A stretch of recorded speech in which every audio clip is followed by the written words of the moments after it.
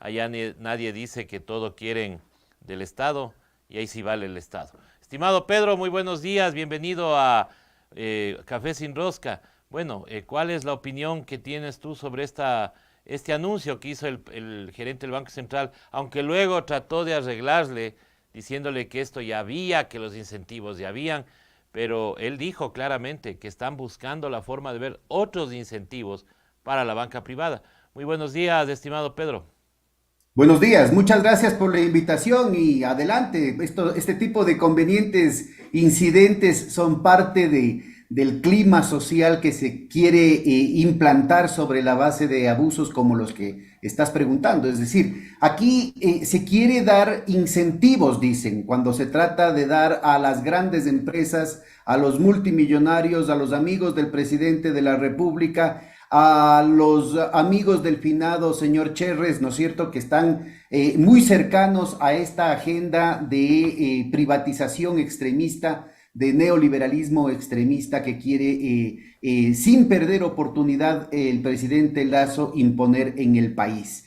En el año 2021, mientras no había un centavo para los hospitales, se entregó o se dejó de cobrar 6.400 millones de dólares a las grandes empresas. El 84% tenía que ver con los grandes contribuyentes. El 84% de 6.400 millones tenía que ver con los grandes contribuyentes. Hay más de 1.900, hay casi 2.000 millones de dólares de deudas ya en firme que tiene las grandes empresas, los 500 grandes contribuyentes con el SRI, que el SRI no cobra.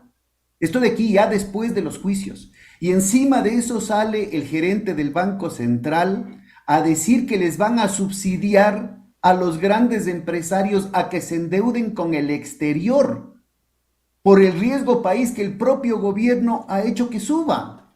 Bueno, esto ya es tragicómico, ¿no? Es decir, ya llega a unos niveles. Y mira, con la gravedad de que buena parte de los medios de difusión, ¿no es cierto?, se han hecho, inclusive han borrado expos los twitters vinculados a esto, han tratado de ocultar y de sepultar la noticia. Es la política de la opacidad, la política de un gobierno taimado, ¿no es cierto?, que quiere seguir haciendo daño a la gente hasta el último segundo que esté en el poder.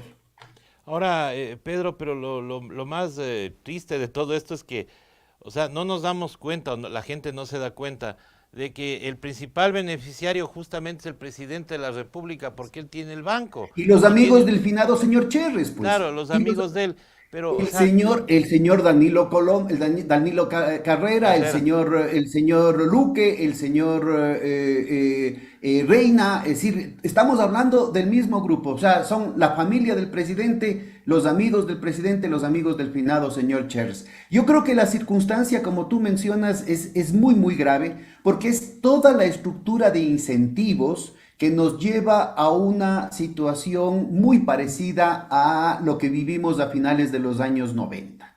Nuevamente tenemos los créditos vinculados, no hay límite. En los años 90 era hasta la gente que tenía el 6% de propiedad del banco, ahora tienen el descaro de decir hasta los que tengan el 25% de la propiedad del banco. Es decir, el Banco de Guayaquil, por ejemplo, a propósito del que los escándalos menciona mucho, pero podría ser también el Banco del Pichincha o cualquiera de los otros bancos, le presta con los ahorros de los depositantes a los amigos del señor Cherres, a los amigos del señor Carrera, al señor Luque, y esa plata puede acabar en Andorra, puede acabar en Albania. ¿Quién sabe qué pase con esa plata? Lo grave de esto, ¿no es cierto?, es que ahora está abierta la posibilidad también de que una vez originado el crédito, que no se tiene seguridad que si es que se va a pagar o no, se le vende la cartera al BIES. 1.500 millones, que decían que no había cómo utilizar la plata de la Reserva Monetaria Internacional. De la noche a la mañana sacaron del bolsillo 1.500 millones de liquidez inmediata para comprar la cartera, por ejemplo, de los grandes bancos.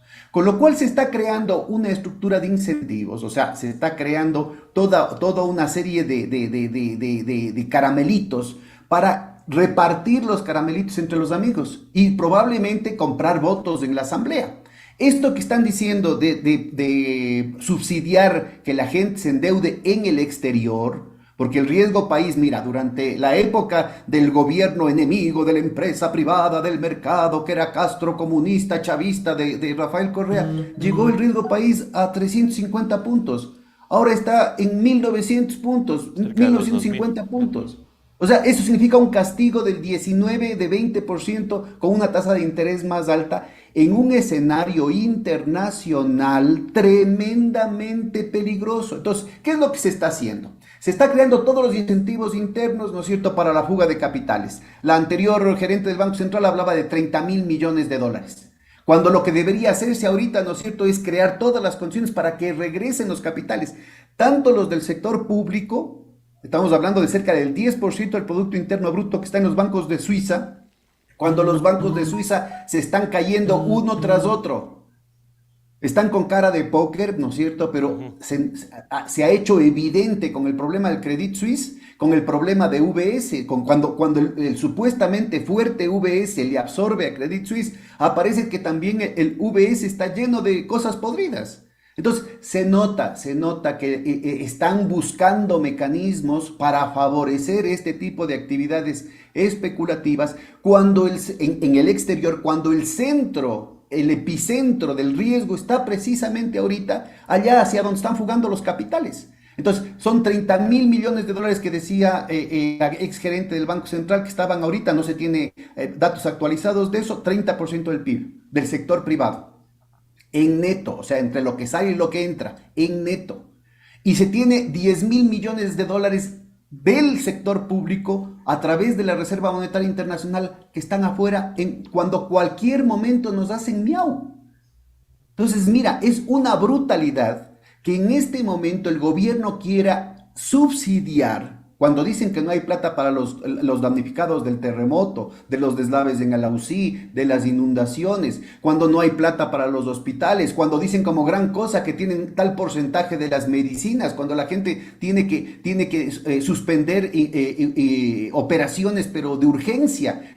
Es una barbaridad lo que está pasando. ¿Cómo puede haber esta codicia criminal, ¿no es cierto?, que mueve las cosas, mueve todos los mecanismos para estrangular a la gente? Por eso es que se ha expulsado en lo que va del gobierno, 250.000 ecuatorianos han tenido que salir arriesgando sus vidas, destrozando a sus familias, por esta codicia criminal de este grupo, ¿no es cierto?, vinculado a cierto sector de la banca, que además que eran amigos del señor Cherres, pues, del finado señor Cherres, en un ambiente criminogénico en el que está poniendo en las altas esferas del gobierno y en el escenario internacional el tema de las vinculaciones con la mafia albanesa, muertes después de tortura, sicariato, coches bomba, secuestros express, vacunación.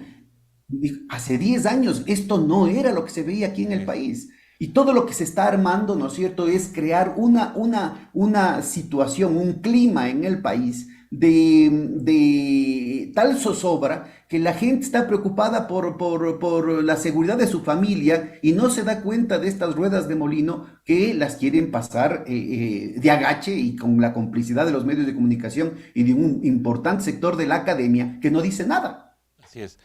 Pedro, acá obviamente la ciudadanía tiene muchas sospechas de lo que está pasando con la banca, porque coincidencialmente se habla de estos incentivos cuando se tiene problemas, por ejemplo, con el Banco del Pichincha en su plataforma tecnológica.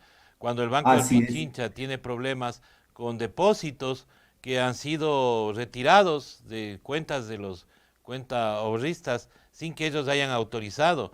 Entonces, se está configurando o se quiere configurar algún tipo de nuevo feriado bancario, dejar haciendo esto ante lo que ya se viene, que es el juicio político y que podría parar el gobierno de Guillermo Lasso, dejar arreglando o dejar Ese es el clima encadenando. de zozobra que quieren crear, ¿no es cierto?, Ujú. sobre la base de condiciones reales. Fíjate, van probablemente a multiplicarse estas acciones psicológicas, ¿no?, operativos militares de tipo psicológico, en los que se involucran altos niveles de violencia y de crueldad y de sadismo, como los que hemos visto en las crisis carcelarias, el tema de los cochebombas, el tema este de forrar a la gente con explosivos. Es decir, esto no es una cuestión espontánea, esto es un tema que se ha aplicado de manera sistemática en otros países para doblegar a la población, para desmoralizar a la población, para enconchar a la gente en el sálvese quien puedas, para que ellos puedan, ¿no es cierto?, llevarse el santo y la limosna. Entonces, mira, estamos en una condición, ¿no es cierto?, como tú bien mencionas, de tremenda fragilidad financiera a nivel mundial, pero que aquí también se establecen una serie de pistas que tiene que investigar la autoridad. El Banco Central tendría que salir a dar la cara y explicar por qué el país tendría que estar tranquilo ante cosas tan evidentes como estas, que además se multiplican especialmente en los feriados. Y no hay cómo sacar la plata de los bancos. Los bancos, mientras tanto, ¿no es cierto?, le dan la plata de los ahorristas, le dan 3 y 4 veces la vuelta, ganando cantidades ingentes de dinero. Entonces, sí es una cuestión bien rara la que se está planteando aquí. La superintendencia de bancos, del Banco Central, tienen que salir a tranquilizar a la población de que esto no va a pasar y cuáles son las acciones que están tomando al respecto. En un momento en el que se está estableciendo, por ejemplo, esta cuestión de los créditos vinculados. ¿A quién beneficia los créditos vinculados? En un momento en el que se está estableciendo una estructura de incentivos que favorece lo que se conoce en la literatura como riesgo moral y selección adversa. Riesgo moral porque quien origina el riesgo, el banco, ¿no es cierto?, da préstamos a sus propios amigos, como ya sucedió en la crisis de los años 90, como ya sucedió y se ha evidenciado en el caso de Credit Suisse, en el caso de Silicon Valley Bank, en el caso de Signature Bank. Estamos hablando de un mecanismo que en todo lado ha provocado quiebras de los bancos y se han llevado los dueños del santo y la limosna, como ya pasó en el país.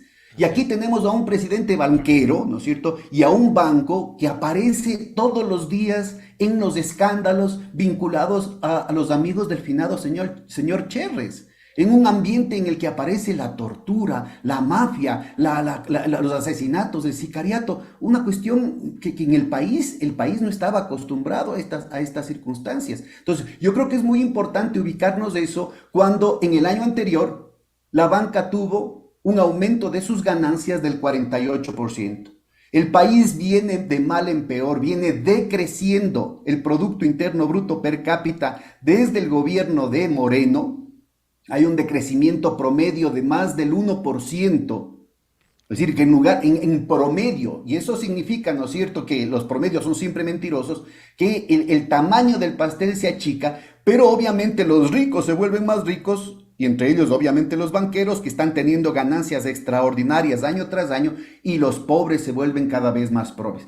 Hay estudios muy importantes de los institutos de investigaciones económicas de la Central, de la Católica, gente como Jonathan Báez, como Andrés Mideros, que han dado cifras muy específicas utilizando las estadísticas ya cocinadas del propio gobierno, que muestran que hay un proceso de empobrecimiento verdaderamente alarmante. Es una situación desesperada. La Católica te menciona que el 10% más pobre tiene que sobrevivir hogares de 5 personas con 92, 93 dólares al mes. Y ni siquiera, mira, el 80%, o sea, los 7 deciles más, el 70% más bajo de ingresos más bajos de la población nunca alcanza a la canasta básica. Es decir, estamos hablando de procesos de desnutrición infantil con repercusiones de largo plazo. Solamente el 20% de ingresos más altos en promedio alcanzaría a cubrir la canasta básica. Y esto obviamente, ¿no es cierto?, no toma en cuenta en estas estadísticas a la gente mucho más pobre, que las eliminan para evitar la dureza de la realidad, que la dureza de la realidad se exprese en las estadísticas sociales de empleo, de condiciones de vida, y que por eso, ¿no es cierto?, se ha estado boicoteando el censo. Un costo gigantesco para el país que no va a dar ningún resultado confiable, hecho a propósito para no poder corroborar las condiciones reales que tenemos. Hay que ponerse muy pilas respecto a lo que está sucediendo.